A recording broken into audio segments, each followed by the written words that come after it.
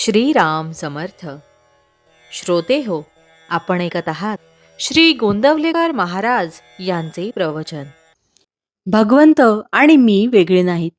समुद्राचा फेस खरा आहे असे वाटले तरी त्याच्या खाली पाणीच असते. असत्य हे नेहमी सत्याला धरूनच राहते.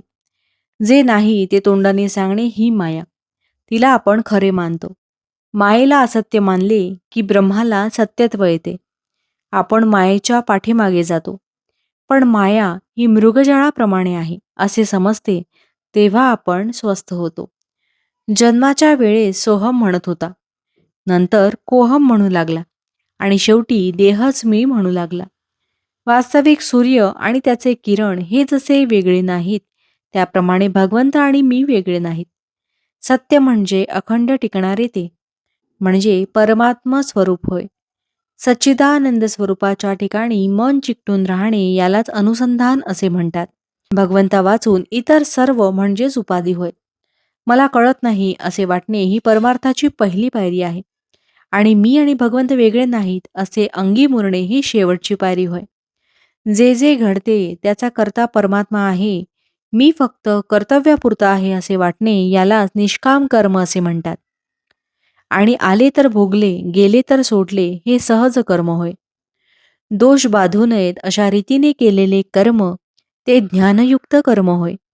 आणि ईश्वराच्या स्मरणात केलेले कर्म त्याला निरासक्त कर्म असे म्हणतात.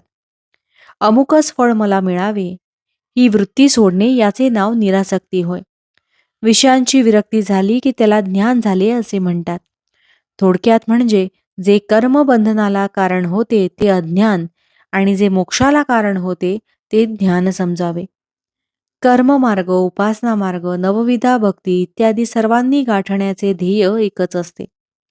लग्नात ज्याप्रमाणे अमुक एक खर्च मी जास्त करीन, दुसरा कमी करील असे माणूस म्हणतो, पण मुख्य कार्य हे की मुलीला नवरा गाठून देणे. त्याप्रमाणे भगवंताची भेट होणे हे मुख्य होय. आपली देहबुद्धी संतांच्या संगतीच्या आड येऊ देऊ नये. भगवंताच्या स्वरूप दर्शनाच्या आड माझ्या देहबुद्धीचा पर्वत येतो. सर्व साधनांचा उपयोग अभिमान नाहीसा करण्यासाठी असतो. नामस्मरणाने हे काम लवकर होते आणि म्हणूनच सर्व साधनांचे सार भगवंताचे नाम हेच आहे. ते आपण श्रद्धापूर्वक घ्यावे आणि भगवंताशी एकरूप व्हावे. आपण प्रयत्न करीत असताना भगवंत माझ्या पाठीशी आहे ही भावनाच आपल्याला उद्धरून नेईल याची खात्री बाळगा आणि भगवंताच्या नामात आनंदाने कालक्रमणा करा. भावार्थ, आज तुम्हाला जेवढा वेळ रिकामा मिळतो तेवढा सगळा भगवंताच्या नामात घालवण्याचा प्रयत्न करा.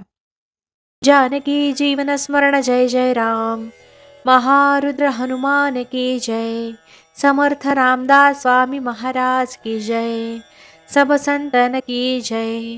श्री अनंत कोटी ब्रह्मांड नायक राजाधिराज सच्चिदानंद सद्गुरु श्री ब्रह्म चैतन्य महाराज की जय. जय जय रघुवीर समर्थ. आता आपण 13 वेळा नामस्मरण करूया. श्रीराम जय राम जय जय राम. श्रीराम जय राम जय जय राम. श्रीराम जय राम जय जय राम. श्रीराम जय राम जय जय राम. श्रीराम जय राम जय जय राम. श्रीराम जय राम जय जय राम. श्रीराम जय राम जय जय राम. श्रीराम जय राम जय जय राम. श्रीराम जय राम जय जय राम. श्रीराम जय राम जय जय राम. श्रीराम जय राम जय जय राम. श्रीराम जय राम जय जय राम. श्रीराम जय राम जय जय राम. जय श्रीराम.